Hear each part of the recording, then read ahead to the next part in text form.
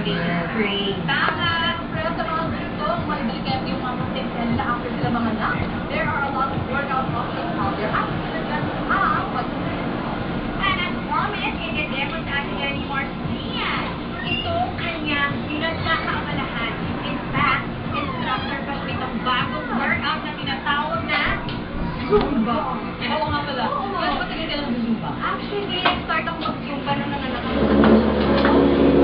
Mga 2 months after. Ay, Sandra, Hela. Pag-inis na talaga ako.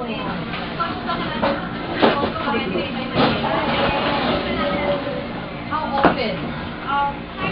Twice a week. Ito yung nagsisimula pa lang ako. So ngayon, mga once a week na lang yan. Ay, pumayat na. Pero kapag sobrang advanced naman yung once a week. Oo nga. Just is hanaw na. Diba? Sense workout. Sige. Kasi tayo tinatawag